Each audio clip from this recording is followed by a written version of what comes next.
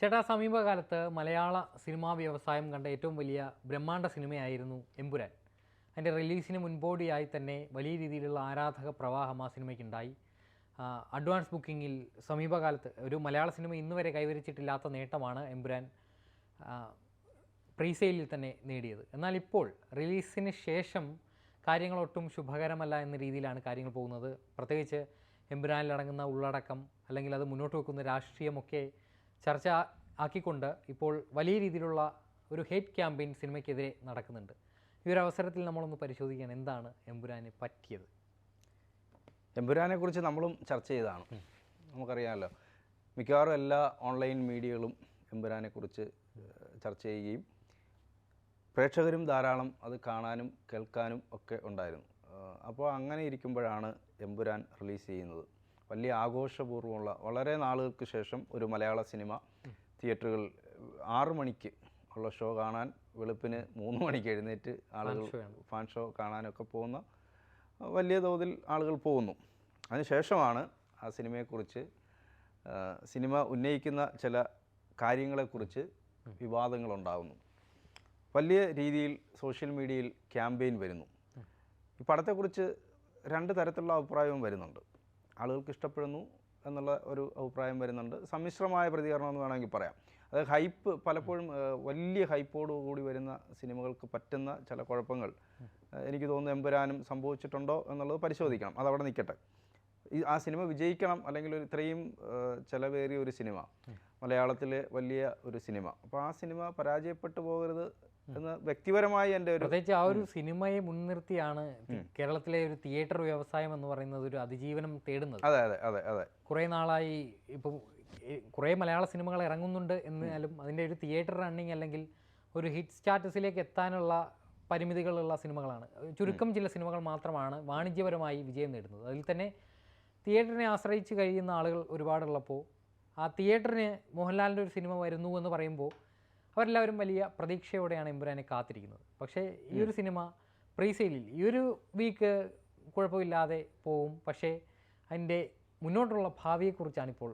അതെ, മുന്നോട്ടുള്ള ഭാവി. ഇത്രയും വലിയ ഒരു സിനിമ, ആ സിനിമ തിയേറ്ററുകളിൽ ഉത്സവപ്പറമ്പാക്കുക എന്നൊക്കെ നമ്മളിങ്ങനെ പ്രയോഗിക്കുന്ന ഒരു പ്രയോഗമുണ്ട്. ഉത്സവപ്പറമ്പാക്കുന്ന ഒരു സിനിമ, ആ സിനിമയ്ക്ക് ഒരു പിന്നോട്ടടി എന്ന് പറയുന്നത് പലരെയും ബാധിക്കും. ആ സിനിമാ മേഖലയെ മൊത്തത്തിൽ മാത്രമല്ല, ഇപ്പോൾ മോഹൻലാൽ എന്ന് പറയുന്ന നടനെ ചിലപ്പോൾ അദ്ദേഹത്തിന് ഞാനൊരു റിവ്യൂവിൽ കണ്ടതുപോലെ, ഇപ്പം അബ്രഹാം ഖുറേഷി എന്ന് പറയുന്ന ആ കഥാപാത്രത്തെ മോഹൻലാൽ എത്രമാത്രം ഗംഭീരമാക്കി എന്നുള്ളതൊക്കെ പ്രേക്ഷകരുടെ അഭിപ്രായങ്ങൾ വരുന്നുണ്ട്. അപ്പോൾ ആ സിനിമ ഉന്നയിക്കുന്ന രാഷ്ട്രീയവും അതിൻ്റെ പശ്ചാത്തലത്തിലുള്ള വിവാദവും ഒക്കെ സിനിമയെ കാര്യമായി തന്നെ ബാധിച്ചിട്ടില്ല എന്ന് നമുക്ക് പറയാൻ പറ്റില്ല. ഹെഡ് ക്യാമ്പയിൻ എന്ന് വേണമെങ്കിൽ പറയാം. സിനിമ കാണാൻ ആദ്യഘട്ടത്തിൽ ഇതിൽ അടങ്ങിയിരിക്കുന്ന രാഷ്ട്രീയം പ്രധാനമായിട്ടും ചർച്ച ചെയ്യപ്പെടുന്നത്, അല്ലെങ്കിൽ അതിനകത്തുള്ള ഒരു ഉള്ളടക്കം എന്ന് പറയുന്നത് സംഘപരിവാറിനെതിരെയുള്ള ഒരു ഒരു ഒരു വിഷയമാണത് ചർച്ച ചെയ്യുന്നത് എന്നുള്ളൊരു ആമുഖത്തോടെ തുടക്കത്തിൽ വരുന്ന. അതെ, അതുകൊണ്ട് തന്നെ ധാരാളം സാമൂഹിക മാധ്യമങ്ങളിലൊക്കെ നമ്മൾ കാണുന്നതാണ് കഴിഞ്ഞ ദിവസങ്ങളിൽ എത്രത്തോളം ആളുകൾ ഈ തീവ്ര വലത് രാഷ്ട്രീയവുമായി യോജിച്ച് പോകുന്ന ഒരുപാട് ആളുകൾ മുൻപ് മോഹൻലാൽ എന്ന നടനോടുള്ള ഒരു ക്രൈസ് കൊണ്ട് ബുക്ക് ചെയ്ത ടിക്കറ്റുകൾ പോലും ക്യാൻസലാക്കിക്കൊണ്ട് തങ്ങളുടെ വിയോജിപ്പ് പരസ്യമായി രേഖപ്പെടുത്തുന്നത്. അതുപോലെ തന്നെയാണ് ഇപ്പോൾ അറിയാൻ കഴിയുന്നത് ക്രൈസ്തവരും ഈ എമ്പുരാനിലടങ്ങുന്ന ഉള്ളടക്കത്തിനെതിരാണ്. അത്തരത്തിൽ അവരുടെ ആയ വാട്സാപ്പ് ഗ്രൂപ്പുകളിലടക്കം അതിനെതിരെ ചർച്ചകൾ നടക്കുന്നു. എമ്പുരാൻ എന്ന പേര് സാത്താനാണ്, അതുകൊണ്ട് തന്നെ സാത്താൻ സേവയെ പ്രൊമോട്ട് ചെയ്യുന്നു. അതിനകത്ത് പറയുന്നു, ട്രെയിലറിൽ തന്നെ അടങ്ങിയിരിക്കുന്ന കുറേ വാചകങ്ങൾ ഇതിൽ ചർച്ചാ വിഷയമാകുന്നു. There is a deal with a devil, there is no setback. അതായത് ഒരിക്കൽ പിശാചുമായി ഒരു ഡീൽ വെച്ചാൽ പിന്നീട് അതിൽ നിന്നൊരു തിരിച്ചുപോക്കില്ല എന്ന് പറയുമ്പോൾ അത്തരത്തിൽ ചിന്തിക്കുന്ന ആളുകൾക്കിടയിൽ അതൊരു മതത്തിൻ്റെ രീതിയിൽ വ്യാഖ്യാനിക്കപ്പെടും. ക്രിസ്ത്യാനികളിപ്പം ഈ എമ്പുരാൻ കണ്ടിട്ട് സാത്താനെ ആരാധിക്കുന്നൊന്നും എനിക്ക് തോന്നുന്നില്ല. പക്ഷേ അത്തരത്തിൽ ധാരാളം അത് പോസ്റ്റുകൾ കാണാറുണ്ട്. പോസ്റ്റുകൾ വരും. ഇപ്പോൾ നമ്മുടെ കയ്യിലൊരു ഫോൺ ഇരിക്കുന്നിടത്തോളം കാലം നമുക്ക് അത്തരം പോസ്റ്റുകൾ ഇടാം. പക്ഷേ ഇപ്പം ലൂസിഫറിൽ പോലും പറയുന്നുണ്ടല്ലോ ഒരു സാത്താനിക് ഇത്, അതിനകത്ത് എത്രയോ സിനിമകൾ ആ രീതിയിൽ വന്നിട്ടുണ്ട്.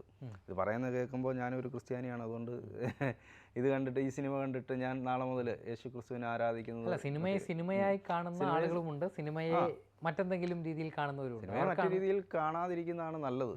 എന്തിനാണ് സിനിമയെ വേറെ രീതിയിൽ കാണാൻ പോകുന്നത്? അങ്ങനെ കാണാൻ പോകുമ്പോൾ നമുക്ക് ചെയ്യാനുള്ള പല കാര്യങ്ങളും മാറ്റി വെച്ചിട്ട് പിന്നെ അതിൻ്റെ പിന്നാലെ പോകേണ്ടി വരും. പക്ഷേ ചില സിനിമകൾ പറയുന്ന രാഷ്ട്രീയം അല്ലെങ്കിൽ ആ സിനിമ പറയുന്ന ചില കാര്യങ്ങൾ മൊത്തത്തിൽ ആരെങ്കിലുമൊക്കെ വേദനിപ്പിക്കുന്നുണ്ടെങ്കിൽ അത് നമ്മൾ എഴുതുന്നതിന് മുമ്പ് അല്ലെങ്കിൽ മേക്ക് ചെയ്യുന്നതിന് മുമ്പ് അതിൻ്റെ വസ്തുതകൾ അന്വേഷിച്ചിട്ട് ചെയ്യുന്നതായിരിക്കും കുറച്ചുകൂടെ നല്ലത്. ഇപ്പോൾ എല്ലാവരെയും തൃപ്തിപ്പെടുത്തുന്ന ഒരു സിനിമ എടുക്കുക, അല്ലെങ്കിൽ ചില സംഭവങ്ങളോ ചില ചരിത്രം ഒക്കെ നമ്മൾ പറയുന്ന സിനിമകളൊക്കെ ഉണ്ട്. അതൊക്കെ വരുമ്പോൾ ആ കാലഘട്ടത്തെ ആണ് അവതരിപ്പിക്കുന്നത്. അപ്പോൾ എല്ലാവരെയും തൃപ്തിപ്പെടുത്തുന്ന അല്ലെങ്കിൽ നമ്മുടെ മനസ്സിൽ ഉണ്ടാക്കി വെച്ചിരിക്കുന്ന ഒരു കാഴ്ചപ്പാടുണ്ടല്ലോ, അതിനെയൊക്കെ തൃപ്തിപ്പെടുത്തുകയോ ബോധ്യപ്പെടുത്തുകയോ പറ്റുന്ന തരത്തിലുള്ള ഒരു സിനിമ എന്നൊരു കലാരൂപം സൃഷ്ടിക്കാൻ ഒരിക്കലും കഴിയില്ല. അത് സിനിമ എന്ന് പറയുന്നത് ഒരു സംവിധായകൻ്റെ കലയാണ്.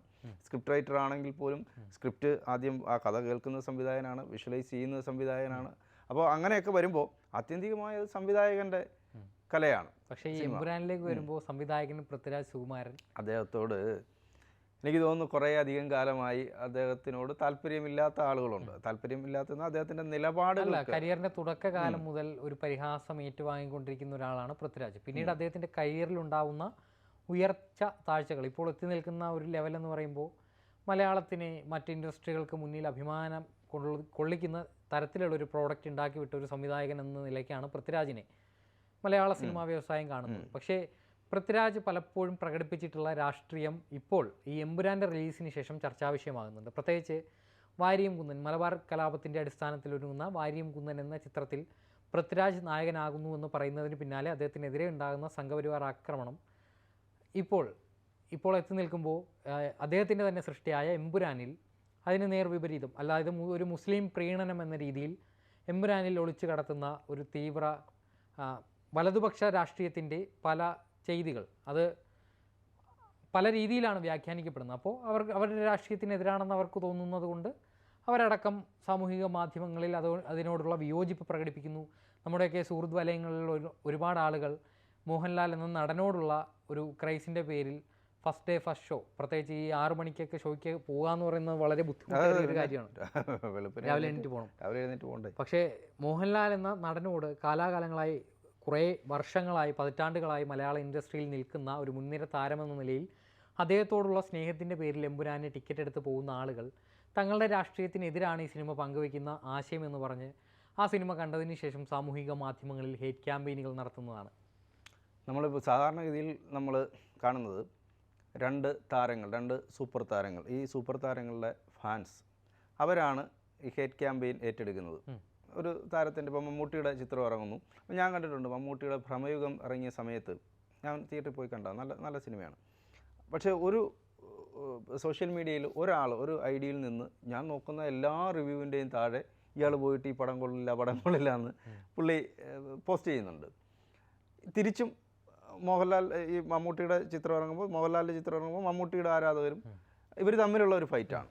അതിൽ നിന്നൊക്കെ വ്യത്യസ്തമായിട്ട് ഇപ്പോൾ മമ്മൂട്ടി പോലും ഈ പടത്തിന് വിജയം ആശംസിച്ചുകൊണ്ട് അദ്ദേഹത്തിൻ്റെ ഫേസ്ബുക്കിൽ അദ്ദേഹം ആശംസ അർപ്പിച്ചുകൊണ്ട് എഴുതിയുണ്ടായി. അതിൽ നിന്നെല്ലാം അപ്പോൾ അപ്പോഴത്തേക്ക് ഞാൻ പിന്നെ കണ്ടത് ഇവർ തമ്മിൽ ഫാൻസുകാർ ഭയങ്കര ഐക്യത്തോടെ മമ്മൂക്ക എന്ന് മോഹൻലാലിൻ്റെ ശബരിമലയിൽ പോയി. അപ്പോഴത്തേക്ക് ഈ ഫാൻസുകാരെല്ലാം കൂടെ ഇവർ തമ്മിൽ ഭയങ്കര മുമ്പ് കാണാത്ത വിധത്തിലുള്ള ലോഹ്യം ലാലേട്ടൻ എന്ന് ഇവർ വിളിക്കുന്നു, ഇപ്പുറത്ത് മമ്മൂക്ക എന്ന് വിളിക്കുന്നു, അപ്പോൾ ഇച്ചാക്ക എന്ന് വിളിക്കുന്നു, ഇച്ചാക്ക എന്നൊക്കെ ഇവരൊന്നങ്ങ് വിളിക്കുകയാണ്. അങ്ങനെ ഒരു ഐക്യത്തോടെ ഇവർ മുന്നോട്ട് പോകുമ്പോഴാണ് അപ്രതീക്ഷിതമായി ഈ നമ്മൾ മോഹൻലാലിനെ കുറിച്ച് എപ്പോഴും പറയുന്ന അദ്ദേഹത്തിന് ഒരു സംഘപരിവാർ അനുകൂല മനസ്സുണ്ട് എന്നുള്ള ഒരു നരേഷനൊക്കെ ഉണ്ടല്ലോ. അങ്ങനെ പറയുമ്പോൾ തന്നെയാണ് അദ്ദേഹത്തിനെതിരെയും അല്ല പറയുന്നത്, അത് പൃഥ്വിരാജിനെതിരെ, സംവിധായകൻ ഇത് ഒളിച്ചു കടത്തുകയാണ്. അല്ലെങ്കിൽ മോഹൻലാൽ അറിയാതെ സൃഷ്ടിയിൽ തന്റെ രാഷ്ട്രീയം ഒളിച്ചു കടത്തി. പക്ഷെ മോഹൻലാൽ അറിയാതെ എന്ന് പറയാൻ പറ്റില്ല. ഈ സ്ക്രിപ്റ്റ് മോഹൻലാൽ വായിക്കുമല്ലോ, അഭിനയിക്കുന്ന സമയത്തും അദ്ദേഹത്തിന് ഷോട്ടാണ് വെക്കുന്നതെങ്കിൽ അദ്ദേഹം ഏത് സീനാണെന്ന് വായിച്ചിട്ടായിരിക്കുമല്ലോ ഇതെല്ലാം ചെയ്യുന്നത്. എന്തായാലും ഇത്രയും വലിയൊരു സിനിമ എടുക്കുമ്പോൾ മോഹൻലാൽ ആ സ്ക്രിപ്റ്റ് വായിക്കാതിരിക്കില്ല. ആ സ്ക്രിപ്റ്റ് വായിക്കും, ആ കഥ കേൾക്കും, എന്നിട്ടാണ് അദ്ദേഹം അഭിനയിക്കുക. അപ്പോൾ അതിനകത്ത് ആ സമയത്ത് അങ്ങനെ ഒരു രാഷ്ട്രീയ വിവാദം ഉണ്ടാകും എന്നുള്ളതിനെക്കുറിച്ച് അവരൊരു പക്ഷേ ചിന്തിച്ചിട്ടുണ്ടാവില്ല. ചില വിഷയങ്ങൾ വരുമ്പോൾ ഈ സെൻസിറ്റീവായിട്ടുള്ള ചില കാര്യങ്ങൾ എത്രയോ സിനിമകളിൽ വന്നിട്ടുണ്ട്. അത് ആ സമയത്ത് സംവിധായകനോ അല്ലെങ്കിൽ അതിൻ്റെ പിന്നണി പ്രവർത്തകരോ അഭിനേതാക്കളോ ഒന്നും ചിന്തിക്കുന്നതിനപ്പുറം നമുക്കറിയാമല്ലോ, ഈ പൃഥ്വിരാജിൻ്റെ ഒരു സിനിമയിൽ ഒരു ഡയലോഗ് ഉണ്ടായിരുന്നു കടുവയിൽ.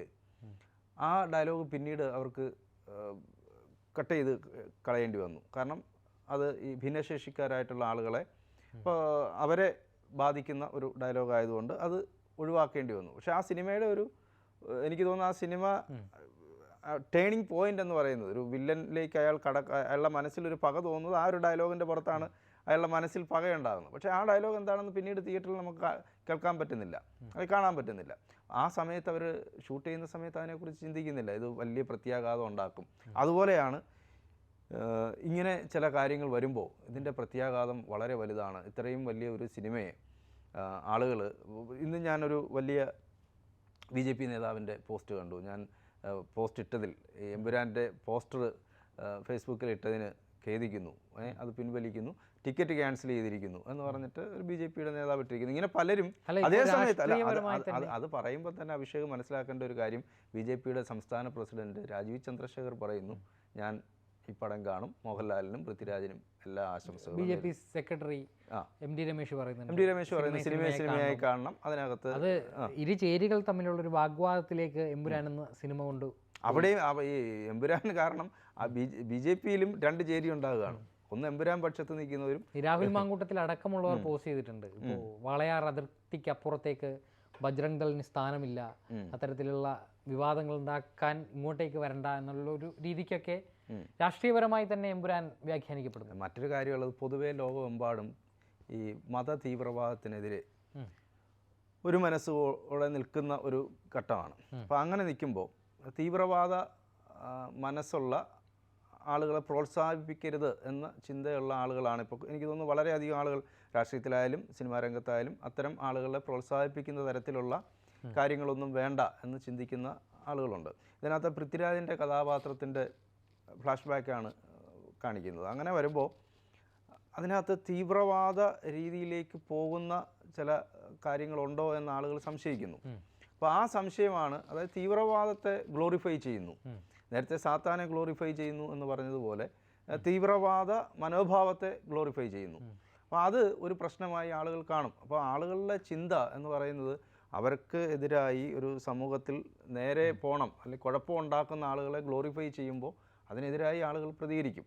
അവർ പ്രതികരിക്കുന്നവർ ടിക്കറ്റ് ക്യാൻസൽ ചെയ്തുകൊണ്ട് രാജ്യവിരുദ്ധമായിട്ടുള്ള പല കാര്യങ്ങളുമാണ് ഇതിൻ്റെ ഉള്ളടക്കം എന്ന് പറഞ്ഞാണ് ഇപ്പോൾ വിവാദങ്ങൾ ഉണ്ടാകും. പിന്നെ വിവാദങ്ങൾ ഒരു കണക്കിന് വിവാദങ്ങൾ നല്ലതാണ്. ചില സിനിമകളൊക്കെ വിവാദങ്ങൾ കൊണ്ട് അവർ തന്നെ ഈ വിവാദം പക്ഷേ അത്ര നല്ലതല്ല. കാരണം ഇത്രയും വലിയ ബജറ്റിൽ എടുത്ത ഒരു സിനിമയെ സംബന്ധിച്ച് 180 കോടി രൂപ ബജറ്റ് ഉണ്ട്.